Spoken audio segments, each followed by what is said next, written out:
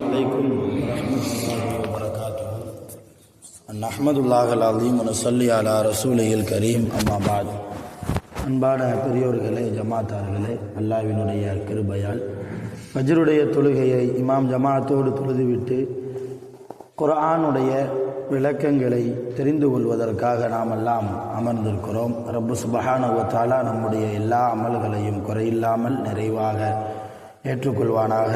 ஆமீன். இன்றைய நாளை ரப்புல் ஆலமீன் பரக்கத்தும் ரஹ்மத்தும் நிறைந்த நாளாக கெட்ட முடிவுகளை விட்டும், முசீபத்துகளை விட்டும், நோய் நொடிகளை விட்டும், திடீர் மரணங்களை விட்டும், அல்லாஹ்வின் படைப்புகளின் தீங்குகளை விட்டும் பாதுகாப்பு பெற்ற நாளாக அல்லாஹ் நமக்கெல்லாம் இந்த நாளை அமைத்து தருவானாக. ஆமீன். சங்கையானவர்களே, அராய்தல்லதி சூறாவில் யார் தொழுகையில் பொடுபோக்காக இருக்கிறார்களோ அவர்களுக்கு வயல் என்கிற நரகம் என்கிற ஆயத்தை குறித்து அதனுடைய தொடர்ச்சியாக தொழுகையை எப்படி தொழ வேண்டும் என்கிற விஷயங்களை நாம் தொடர்ந்து பேசி வருகிறோம், கேட்டும் வருகிறோம்.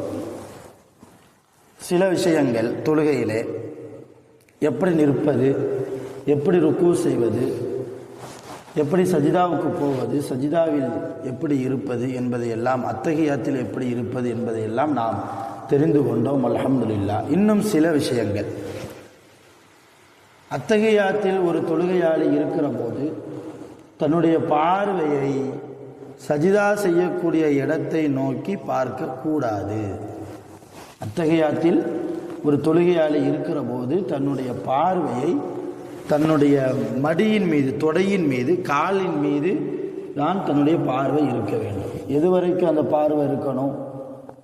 இடையில் அந்த பார்வை மாறலாமா என்றால் இடையில் அந்த பார்வை மாற வேண்டும். எப்பொழுது? அத்தஹியாத்து ஓதுவோம். அத்தஹியாத்து ஓதிட்டே வரும்போது, அத்தஹியாத்தில் இருக்கிற ஆரம்பிக்கும் போது பார்வை தொடையின் மீது இருக்கும். அந்த கலிமா வருது இல்லையா, அஷ்ஹது அல்லா இலாஹ இல்லல்லாஹ், அப்படி கலிமா வருகிற போது நாம் ஆள்காட்டி விரலை உயர்த்தி மடக்குவோம். அப்படி உயர்த்துகிற போது நம்முடைய பார்வை விரலின் மீது வந்துவிட வேண்டும். அத்தஹியாத்தில் கையை விரலை உயர்த்துகிற போது பார்வை விரல் மீது வர வேண்டும். கையை மடக்கி விட்டதற்கு பின்னால் மறுபடியும் பார்வை மடிப்பகுதியின் மீதே இருக்க வேண்டும். இது அல்லாமல் கையை விரலையும் பார்க்கறதில்ல, மடிப்பகுதியும் பார்க்கறதில்ல, சஜிதா செய்கிற இடத்த பார்க்குறாரு, அல்லது டைரக்டாக பார்க்குறாரு, அல்லது மேலே பார்க்குறாரு என்றால் தொழுகை கூடும். கூடாதுன்னு இல்லை, நான் சொல்லி வரக்கூடிய 2 நாட்களாக சொல்லி வரக்கூடிய விஷயங்கள் எல்லாமே தொழுகை கூடும் தான். ஆனால் குறையுடன் கூடும், குறையுடன் கூடும். உங்களுக்கு நல்ல விளக்கமாக சொல்கிறதா இருந்தால், ரமலான் மாதத்தில் நோன்பு வைக்கணும். ஒரு ஆள் நோன்பு வைக்கிறார், நல்ல முறையில் காலையில் சஹர் பிடிச்சிட்டாரு, நல்ல நோன்பு வச்சிருக்கிறாரு, இடையில தொழுது இருக்கிறார், குர்ஆன் ஓதி இருக்கிறார், திக்ர் செஞ்சிருக்கிறார், எல்லாம் ஓகே. இஃப்தாருடைய நேரத்தில் நோன்பு திறக்கணும். நோன்பு திறக்கிற நேரத்தில் சாராயத்தை குடிச்சு நோன்பு திறக்கிறாருன்னு வைங்க, இவர் நோன்பு கூடுமா என்றால் நோன்பு கூடும். ஏன்னா அவர் நோன்பு இடையில விடலை. நோன்பு துறக்கிற நேரத்தில் தான் அவர் தண்ணியை குடித்து நோன்பு திறக்கிறதுக்கு பதிலாக, அல்லது ஒரு பேரிச்சம்பழத்தை சாப்பிட்டு நோன்பு திறக்கிறதுக்கு பதிலாக சாராயத்தை எடுத்துக்கிட்டார். நோன்பு கூடும் தான், ஆனால் எந்த அடிப்படையில் கூடும்? ஹராமான செயலை செய்த அடிப்படையில் கூடும். குறையுடன் நோன்பு கூடும். அவர் சாராயம் குடித்தாரா இல்லையா, அதுக்கு பாவம் அவருக்கு கிடைக்கும், அவருக்கு தீமை கிடைக்கும். ஆனால் அவர் சாராயம் குடித்ததால் நோன்புக்கு ஏதாவது ஆபத்து வருமா என்றால் நோன்புக்கு எந்த ஆபத்தும் வராது, நோன்பு கூடிக்கணும். ஆனால் ஒரு பாவத்தை செஞ்சு நோன்பை திறந்த பாவம் அவருக்கு கிடைக்கும். இதே போலத்தான் தொழுகையில் நான் சொல்லி வந்த விஷயங்களை எல்லாம் செய்யாமல் விட்டால் தொழுகை கூடும். ஆனால் எந்த அடிப்படையில் கூடும்? குறையுடன் தொழுதிருக்கிறார், தொழ தெரியாமல் தொழுதிருக்கிறார், தொழுகையினுடைய விஷயங்கள் அறியாமல், புரியாமல், விளங்காமல் தொழுதிருக்கிறார். எந்த அடிப்படை என்ற அடிப்படையில் தான் தொழுகை கூடுமை தவிர உண்மையான தொழுகையினுடைய சட்டங்களை எல்லாம் பேணி தொழுத நன்மை அவருக்கு கிடைக்காது. அப்போ அத்தகையாத்தில் இருக்கிற போது நம்முடைய பார்வை மடியின் மீது தொடையின் மீது தான் இருக்க வேண்டும். சஜிதா செய்கிற இடத்தையோ ஏத்தாக்களையோ பார்க்கறது கூடாது. சரி, இது தெரிஞ்சு போச்சு. அதே மாதிரி இன்னொரு விஷயம், எல்லோரும் செய்யக்கூடிய விஷயம், தொழுகையில் நிற்கிற போதோ அல்லது அத்தகையாத்தில் இருக்கிற போதோ ருக்கூல இருக்கிற போதோ ஏதோ ஒரு நிலைமையில் இருக்கிற போது கொட்டாவி வந்தால் என்ன செய்வது? கொட்டாவி வந்தால் என்ன செய்வது? அது இயற்கை தானே. கொட்டாவி வருவது, தும்மல் வருவது, அதுவெல்லாம் இயற்கை. கொட்டாவி வந்தால் முடிந்த அளவு வாயை பிளக்காமல் வாய்க்குள்ளேயே அடக்கி கொள்ள வேண்டும். இது தொழுகையில மட்டும் இல்லை, தொழுகை அல்லாத மற்ற நேரத்திலும் அப்படித்தான். ரசூலுல்லாஹ் சொன்னாங்க, நீங்க கொட்டாவி வந்தா வாயை திறக்காதீங்க. ரொம்ப முடியல, கண்ட்ரோல் மீறி வருது என்றால் அப்பொழுது நீங்கள் வாயை திறந்து கொள்ளுங்கள். இடது கையினுடைய பெரங்கையை வைத்து வாயை மூடிக்கொள்ளுங்கள். காரணம், நீங்கள் கொட்டாவி விடுகிற போது ஷைத்தான் சிரிக்கிறான். ஷைத்தான் சிரிக்கிற காரியத்தை நீங்கள் செய்தால் அல்லாஹ் உங்கள் மீது அதிருப்தி அடைவான். எனவே நீங்கள் கொட்டாவி விடுவதை தவிர்த்து விடுங்கள். இது தொழுகை அல்லாத நேரத்தில். தொழுகை நேரத்தில் தக்பீர் கட்டதுக்கு அப்புறம் காரணமே இல்லாமல் தக்பீரை அவுக்கக்கூடாது. இப்போ கொட்டாவி வருது, ஒரே கையை அவுத்து வாயிலே பொத்திக்கிட்டு இருந்தால் தொழுகையில் அசைவு ஏற்பட்டுருமே. தொழுகையில் அசைவு ஏற்பட்டால் அது மக்ரூவுடைய அந்தஸ்து இல்லையா? மக்ரூவுடைய காரியத்தை தொடர்ந்து செய்தால் ஹராமுடைய அந்தஸ்து இல்லையா? அப்போ எப்படி தொழுகை கூடும்? கூடாமல் போயிடும். அப்போ என்ன செய்யணும்? முடிந்த அளவுக்கு கண்ட்ரோல் பண்ணி வாயை திறக்காமல் வாயுக்குள்ளேயே அந்த கொட்டாவியை விடுவதற்கு என்ன முயற்சியோ அந்த முயற்சியில் ஈடுபடணும். சரி, தொழுகை இல்லாத நேரத்தில் கொட்டாவி விட்டால் என்ன சொல்லணுங்க? என்ன சொல்லணும்? அஊது பில்லாஹி மினஷ் ஷைத்தானிர் ரஜீம். தொழுகையில் கொட்டாவி விட்டால் எதுவும் பேசக்கூடாது, எதுவும் சொல்லக்கூடாது. எந்த அஊது பில்லாஹி மினஷ் ஷைத்தானிர் ரஜீம் சொல்லக்கூடாது. அதே மாதிரி தொழுகையில் தும்மல் வருது, தும்மலை கொட்டாவி மாதிரி கண்ட்ரோல்லாம் பண்ண முடியாது. கொட்டாவியை கூட கண்ட்ரோல் பண்ணிக்கலாம், தும்மலை கண்ட்ரோல் பண்ண முடியாது. இப்போ தொழுகையில் ஒரு ஆள் தும்மல் விடுகிறார், விடலாம், தப்பு இல்லை. ஆனால் தொழுகை அல்லாத நேரத்தில் தும்மல் விட்டால் என்ன சொல்லணுங்க? அல்ஹம்துலில்லாஹ்னு சொல்லணும். சரி, நம்ம தும்மல் இல்லாமல் வேற ஒரு ஆள் தும்மல் விட்டுருக்கிறாரு தொழுகை அல்லாத மற்ற நேரங்களில், அவர் தும்மல் விட்டு அல்ஹம்துலில்லாஹ்னு சொல்கிறாரு. அந்த அல்ஹம்துலில்லாஹ் நம்ம காதால் கேட்டிருக்கோம். அப்போ நம்ம என்ன சொல்லணும்? யர்ஹமுக் அல்லாஹ் அல்லது யர்ஹமுக்கும் முல்லாஹ் ஏதாவது ஒன்று சொல்லணும். சரி, நம்ம யர்ஹமுக் அல்லாஹ் சொன்னதை தும்மல் விட்டவர் கேட்டாரு, அப்ப அவர் என்ன சொல்லணும்? யஹ்தீக்குமுல்லாஹ் அல்லது யஹ்தீக்குமுல்லாஹு வ யுஸ்லிஹு பாலக்கும். இவ்வளவு லென்த்தா சொல்ல தெரியலன்னா யஹ்தீக்குமுல்லாஹ்னு சொல்லணும். இது தொழுகை அல்லாத நேரத்தில், சரிங்களா?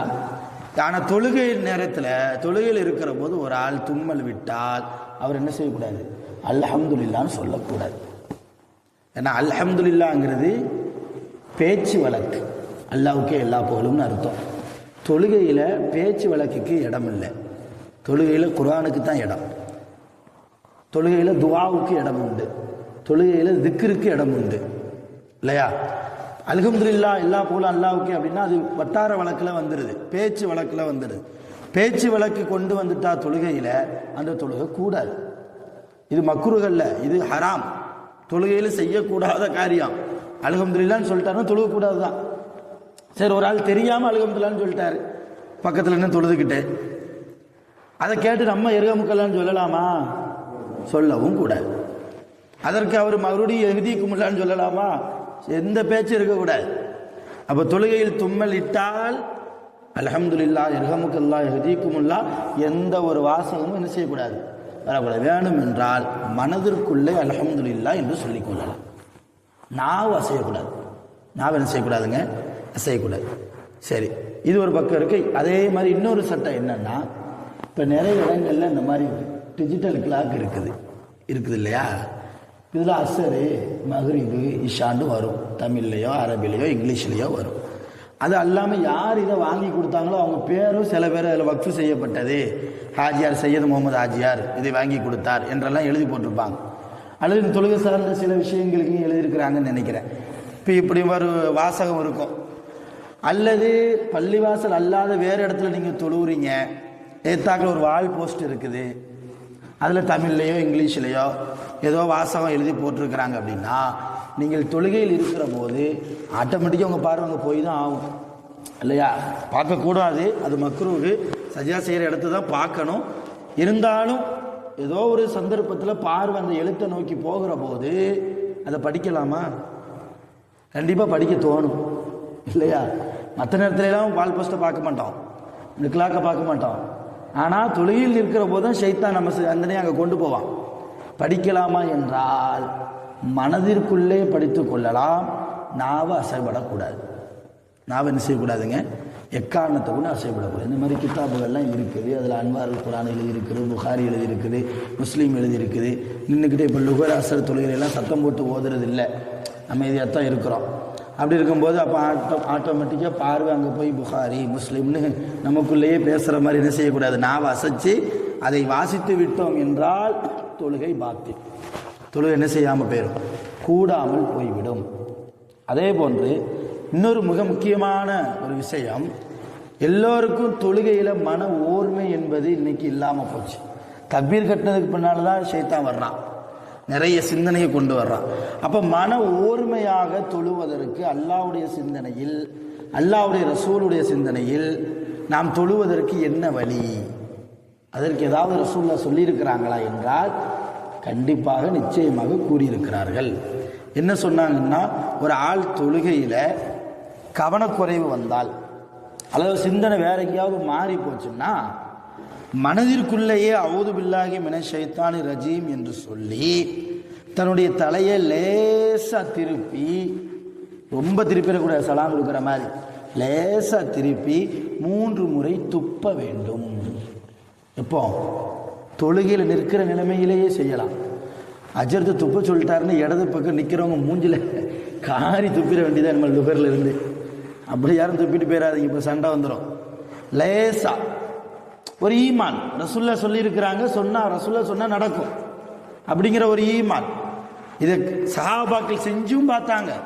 அவங்களுடைய மனது ஓர்மையாக அல்லாஹ்வின் மீது தொழுகையின் மீது வந்தது என்று நாம் ஹதீஸ்ல நிறைய பார்க்குறோம். இப்போ அடுத்த தடவை உங்களுக்கு தொழுகையில் ஏதாவது சிந்தனை மாறி போகுது அப்படின்னா நாவு அசைக்காமல் மனதிற்குள்ளேயே அவுது பில்லாஹி மினஷ் ஷைத்தானி ரஜீம் என்று சொல்லி லேசா இடது பக்கம் திரும்பி 3 முறை துப்பி மறுபடியும் தன்னுடைய தலையை, தன்னுடைய பார்வையை சஜிதாவின் பக்கம் நாம் செலுத்துவோமையானால் தொழுகையில் ஒரு ஓர்மை கிடைக்கும் என்று ரசூலுல்லாஹ்வுடைய ஹதீஸின் மூலமாக நாம் தெரிய முடிகிறது. அதே போன்று தொழுகையினுடைய சட்டங்களில் இன்னொரு சட்டம் என்னன்னா, சலாம் கொடுப்போம் இல்லையா? அஸ்ஸலாமு அலைக்கும் வரஹ்மத்துல்லாஹ், அஸ்ஸலாமு அலைக்கும் வரஹ்மத்துல்லாஹ். இப்போ ஒரு ஆள் அத்தஹியாத்தில் உட்கார்ந்துருக்கிறார், அத்தஹியாத்து ஓதிட்டார், தரூதே இப்ராஹிம் ஓதிட்டார். ஆனால் லாஸ்ட்டில் ஒரு துவா வருமே, அல்லாஹும்ம மக்ஃபிர்லி, அந்த துவாவை ஓதுறதுக்கு முன்னாலேயே அவருக்கு காற்று பிரிஞ்சிடுது. அவருக்கு என்ன செஞ்சிருது? காற்று பிரிஞ்சிருதுன்னா இவர் தொழுகை கூடுமா? கூடும். ஒரு தொழுகை என்ன செய்யும்? தாராளமாக கூடும். இவர் மறுபடியும் ஒளி செஞ்சுட்டு வந்து மறுபடியும் தக்பீர் கட்டி தொழ வேண்டிய அவசியம் இல்லை. அவர் அப்படியே சலாம் கொடுத்துட்டு போயிட வேண்டியதான். என்னென்னா இல்லைன்னா சலாம் கூட கொடுக்காம அப்படியே எந்திரிச்சு போயிடலாம். இவர் தொழுகை தாராளமாக கூடும். ஆனால் என்ன கண்டிஷன்? தரூதே இப்ராஹிம், இந்த அல்லாஹும்ம பாரிக் அலா முஹம்மது வ அலா அலி முஹம்மது கமா பாரக்த அலா இப்ராஹிம் வ அலா அலி இப்ராஹிம் இன்னக ஹமீதும் மஜீத் என்கிறார் அந்த சலவாத்து வரைக்கும் முழுமையாக அவர் ஓதி முடிச்சிருக்கணும். அதை ஓதிக்கிட்டு இருக்கும்போதே காற்று பிரிஞ்சிருச்சுன்னா மறுபடியும் அவர் தொழுது ஆகணும். புரியுதுங்களா? அதே போல் சலாம் கொடுக்குற போது 2 சலாம் கொடுக்குறோம். ஒரு ஆள் ஒரு சலாம் கொடுத்துட்டு எழுந்திரிச்சிட்டாரு. ஒரு சலாம், அஸ்ஸலாமு அலைக்கும் வரஹ்மத்துல்லாஹ், வலது பக்கம் மட்டும் சலாம் கொடுத்துட்டு இடது பக்கம் சலாம் கொடுக்க மறந்து போய் எழுந்திரிச்சிட்டாரு. அதுக்கப்புறம் தான் ஞாபகம் வருது, ஆகா 2வது சலாம் கொடுக்கலையே, தொழுகை கூடுமா? தாராளமாக கூடும். ஏன்னா 2 சலாமில் முதல் சலாம் வாஜிப், 2வது சலாம் சுன்னத். சுன்னத்தை விட்டால் தொழுகை கூடாமலாம் போகாது, ஆனால் வாஜிபை விட்டால் தொழுகை கூடாது. இப்போ முதல் சலாம் வாஜிபு, தொழுகையில் கண்டிப்பாக அந்த சலாம் கொடுத்து தான் ஆகணும். 2வது சலாமை கொடுக்காம போயிட்டா யாரும் அப்படி போக முடியாது, போகவும் மாட்டாங்க. ஏதோ ஒரு மறதியில் அவசரத்தில் போயிட்டாருன்னா அவர் தொழுகை தாராளமாக கூடும். அதே போன்று சலாம் கொடுக்குற விஷயத்தில் 2 முறை சலாம் கொடுக்குறோம். என்ன நிய்யத்தில் சலாம் கொடுப்பது? அஸ்ஸலாமு அலைக்கும் வரஹ்மத்துல்லாஹ்னா உங்கள் மீது சாந்தியும் சலாமும் உண்டாகட்டுமாக என்ற அர்த்தம், அல்லாஹ்வுடைய ரஹ்மத்து உண்டாகட்டுமாக என்ற அர்த்தம். யாருக்கு சொல்றோம்? இதை யாரை பார்த்து இந்த நியத்தை வச்சு சொல்றோம் என்றால், முதல் சலாம் வலது பக்கம் கொடுக்கிற போது மலக்குகளுக்கும் ஜின்களுக்கும் நான் சலாம் கூறுகிறேன் என்ற நியத்து வைத்த நிலைமையில் சலாம் கொடுக்கணும். சும்மா எல்லாம் ஓதி முடிச்சுட்டு அத்தையாத்த அஸ்ஸலாமு அலைக்கும் அஸ்ஸலாமு அலைக்கும் போகக்கூடாது. வலது பக்கம் கொடுக்கும்போது மலக்குகள் பள்ளிவாசலில் இருக்கிறார்கள், ஜின்கள் பள்ளிவாசலில் இருக்கிறார்கள். இப்போ ஜின்களுக்கும் மலக்குகளுக்கும் நான் சலாம் கொடுக்கிறேன் என்ற நியத்தில் தான் வலது பக்கம் சலாம் கொடுக்கணும். இடது பக்கம் சலாம் கொடுக்கும்போது என்னோடு தொழக்கூடிய சக மனிதர்கள், சக தொழுகையாளிகளுக்கு நான் சலாம் கூறுகிறேன் என்ற நியத்தில் சலாம் கொடுக்கிறேன். இப்போ நியத்து வைக்காமல் சலாம் கொடுத்துட்டா தொழுக கூடுமான்னா தொழுக கூடும். ஆனால் அவர் தொழ தெரியாமல் தொழுதிருக்கிறார் என்று ஒரு பார்வை, அவ்வளவுதான். தொழுக தாராளமாக கூடத்தான் செய்யும். இது போன்று நிறைய, அதே போல் சலாம் கொடுக்குற போது சில பேர் நான் கவனிக்கிறேன், நீங்கள் தொழகும் போது ஸலாமு அலைக்கும் வரஹ்மத்துல்லாஹ் கொடுத்துருவார், கீழே ஒரு முட்டி மறுபடியும் அஸ்ஸலாமு அலைக்கும் வரஹ்மத்துல்லாஹ்னு எந்திப்பார். அப்படி எந்திக்கலாம் கூடாது, அது மக்ரூஹ். ஒரு சலாம் கொடுத்துட்டு மறுபடியும் நெஞ்சுக்கு முத்தம் கொடுக்குறதோ, இப்படி ஒரு முட்டுறதோ அதெல்லாம் கூடாது. வலது பக்கம் அஸ்ஸலாமு அலைக்கும் வரஹ்மத்துல்லாஹ், அப்படியே இப்படி வர வேண்டியது அஸ்ஸலாமு அலைக்கும் வரஹ்மத்துல்லாஹ், அவ்வளோதான்.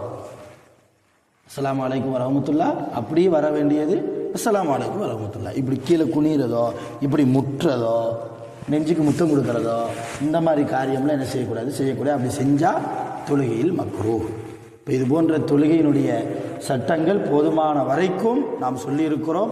சிந்தனையில் வைத்து நாம் தொழுவோம். வல்ல ரஹ்மான் நம்முடைய எல்லா இபாதத்துகளையும் குறையில்லாமல் நிறைவாக பரிபூர்ணமாக கபூல் செய்வானாக.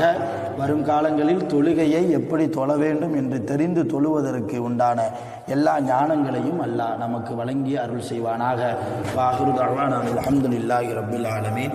சுப்ஹானல்லாஹி வ பிஹம்திஹி சுப்ஹானல்லாஹி வ பிஹம்திஹி அஷ்ஹது அன் லா இலாஹா இல்லா அன்த அஸ்தக்ஃபிருக வ அத்தூபு இலைக். ஆமீன்.